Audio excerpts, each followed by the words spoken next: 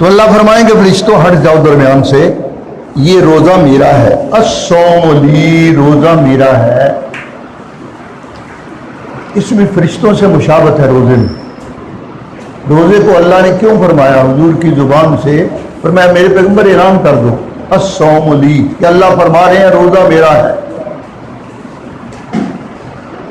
علماء شارحین حدیث لکھتے ہیں الصوم لی کا مطلب یہ ہے کہ روزہ جو ہے اس میں یہ کھانے پینے والے لوگ ہو کر انہوں نے فرشتوں سے مشابہت اختیار کی، فرشتوں سے مشابہت۔ فرشتے جو میرے بارگاہ کے اندر ہر وقت رہتے ہیں وہ کھاتے پیتے نہیں ہیں، ان کو کھانے پینے کی عادت ہی نہیں ہے۔ اس میں ان کھانے والوں نے جن کے ساتھ پیٹ لگا ہوا ہے اور پیٹ بھی آگے لگا ہوا ہے، تو گویا انہوں نے کمال کر دی، فرشتوں کے ساتھ مشابہت اختیار کر لی کہ انہوں نے سحری کے وقت سے لے کر غروب آفتاب تک ایک پانی کا قطرہ بھی اپنے حلق سے اور ایک لقمہ وہ اپنے حلق سے نہیں اتارا۔ انہوں نے اس فرشتوں کی جماعت سے مشابہت اختیار کر لی، اس لیے ان کو آج اس عبادت کے بدلہ دینے کا وقت آیا تو فرمایا میں اپنے دستے سخاوت سے ان کو بدلہ دوں گا، اور فرمایا کہ جن کے روزوں کا غلبہ ہوگا ان کو جنت کی اس دروازے سے داخل کیا جائے گا جس کا نام باب الریان ہے۔ ریان کا معنی سیرابی، یعنی ان کو اس دروازے سے داخل ہوتے ہی پہلے ہی جام کوثر پی چکے، جام کوثر سے پیاس تو میدان حشر کی ختم ہو گئی۔ میدان حشر کا وقفہ 50,000 سال کا، وہ ایک جام کوثر جو ہے پینے سے وہ تو ختم ہو گیا۔ اور وہ جام کوثر ملنا کن کو ہے؟ جنہوں نے دنیا کے اندر اللہ کا جام کوثر انا اعطیناک الکوثر، یہ قرآن دیا ہے اللہ نے، یہ جام کوثر ہے۔ حضور کا جام کوثر یہ ہے، وہ تالاب تو ہے ہی نا، وہ تالاب تو اس کے مقابلے میں چھوٹا سا انعام ہے، یہ اللہ کا کلام ہے، اور مسلمان اس کو رمضان میں پڑھنا، تراویح میں پڑھنا نہیں چھوڑ سکتا۔ یہ انشاءاللہ پڑھا جائے گا، قرآن پڑھا جائے گا اور تراویح انشاءاللہ پڑھی جائے گی۔ تو اللہ کے رسول فرما رہے ہیں من قام رمضان ایمانا و احتسابا، جس نے رمضان کا قیام کیا۔ رمضان کا قیام کیا ہے؟ تراویح۔ جو بات پہلے روزے کے بارے میں فرمائی وہی بات اللہ کے رسول نے فرمائی اس کے بارے میں بھی فرمایا من قام رمضان ایمانا و احتسابا، دو ہی شرطیں یہاں بھی لگائیں، جس نے یقین کر کے کہ مجھے تراویح کا ثواب ملے گا، و احتسابا، اور اس کو ثواب کا عظیم عمل سمجھ کر اس نے ادا کیا کہ تراویح پر جو ثواب ہے وہ کسی نفل پر نہیں ہے، نفلی عبادت ہے، لیکن یہ وہ نفلی عبادت ہے جس کو 3 دن حضور کریم علیہ السلام نے پڑھا، 3 دن پڑھا۔ یہ اچھی طرح بات دماغ میں رکھ لینی چاہیے کہ کہتے ہیں کڑی لوڑ ہے جی،